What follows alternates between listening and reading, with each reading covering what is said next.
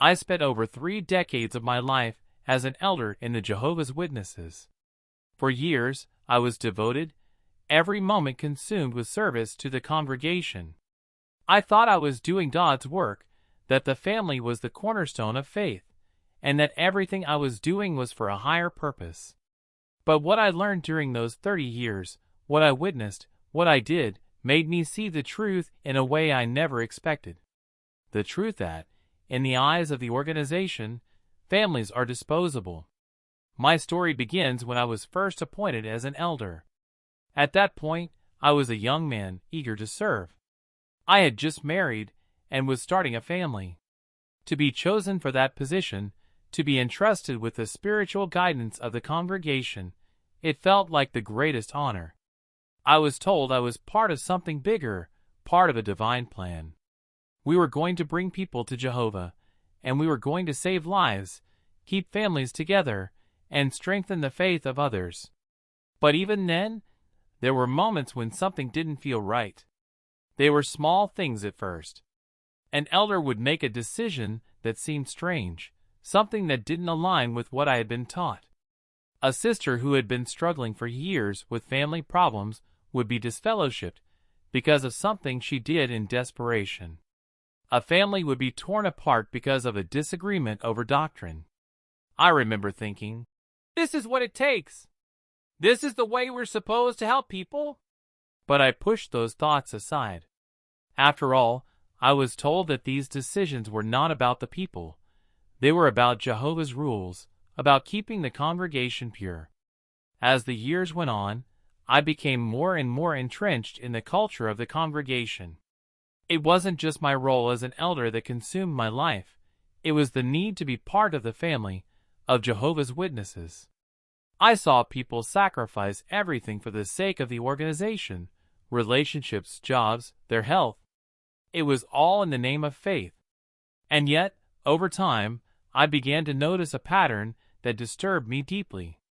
The first real shock came when I was involved in a case of shunning. There was a young brother in the congregation who had made a mistake.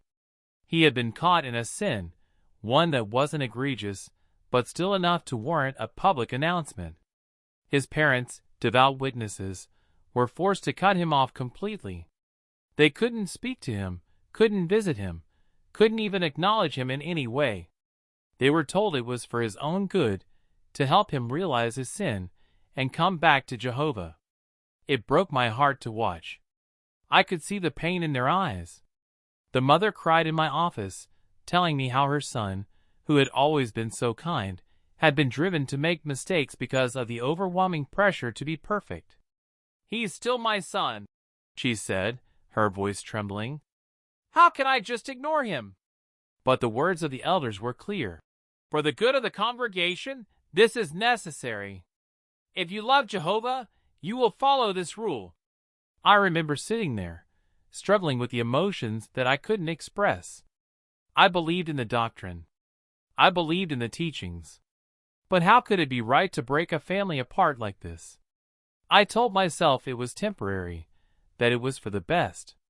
But deep inside, a seed of doubt was planted. Years passed, and my role as an elder became more complicated. I was called to handle disfellowshipping cases more frequently. Each case was different, but the outcome was always the same. Families torn apart, people isolated, and often, for reasons that didn't make sense. I started to question why certain individuals were treated differently than others. Why did some people get second chances while others, who had made similar mistakes, were shunned indefinitely? It wasn't just about the individual. It was about the system. The organization treated people like disposable objects. If someone didn't align perfectly with the rules, they were discarded. The congregation didn't have room for imperfection. Relationships with blood family members, relationships that had once been the most important thing to people, were cut off when they didn't meet the standards set by the organization. I began to see it everywhere. A family would be split apart because one member wanted to pursue a different path, maybe a career, a relationship outside the faith, or simply a different way of thinking. And what happened? The congregation rallied around the faithful ones and cut off the weak ones. I watched as parents were forced to choose between their children and their faith.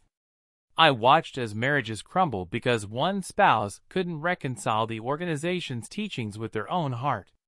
The worst part? They were made to feel that their faith was the only thing that mattered, that family, love, and unity were secondary to loyalty to the governing body. But the breaking point for me came when I was asked to lead a meeting to instruct a family on how to treat their disfellowshipped son. The parents were devastated. They didn't know what to do. The mother was heartbroken, and the father was angry. But the instructions were clear: no contact, no acknowledgement, and no compassion. The elders were firm. You must show him the way. The pain you feel is nothing compared to what will happen if you don't follow Jehovah's commands. I remember standing there, looking at this family, and feeling a surge of guilt. I had seen this happen so many times. I had been the one giving these orders. I had told people to abandon their loved ones for the sake of righteousness. But in that moment, I couldn't help but think, what is this really about? Are we saving souls, or are we destroying families?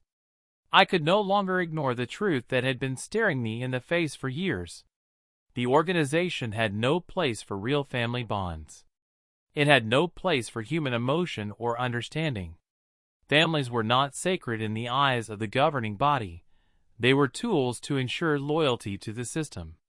If a person didn't fit into the narrow mold, they were discarded, no matter how deep the pain. At that moment, I knew I had to leave. I couldn't be part of an organization that valued loyalty over love. I couldn't be part of a system that tore families apart for the sake of doctrine. I left quietly, without fanfare, without announcing my departure. I knew that the organization would do what it always did, erase my existence, just as it had done to countless others who had dared to question its teachings. I was no longer useful to them, and in their eyes, I was nothing more than a memory. I spent years trying to reconcile what I had learned with the truth that I had lived. The damage had been done, not just to me, but to the families I had torn apart, the lives I had helped destroy. I began to understand the depth of the manipulation I had been part of. I began to understand that the teachings of the Watchtower were not about love, but about control. They taught people to put loyalty to the organization above all else, even their own flesh and blood. But now, as I look back, I see the truth clearly. The families I helped destroy were not disposable. They were the ones who mattered the most. The organization had fooled me into believing that family relationships were secondary to faithfulness. And now, all these years later, I know the truth. In the eyes of the Watchtower, families are disposable. But in the eyes of those who truly love, family is everything. If you are in a place of doubt, if you feel the weight of the decisions you've made, know that you are not alone. You were never meant to sacrifice the ones you love. The truth is out there, and it's time for you to find it. You deserve to know the truth about the organization, about your family, and about yourself. No one should be made to feel that their love for family makes them less faithful. And now, after all these years, I have come to terms with what I did, what I witnessed, and what I allowed to happen. But I also know that I will spend the rest of my life fighting for what is truly important, the love of family. And that, my friends, is something that can never be discarded.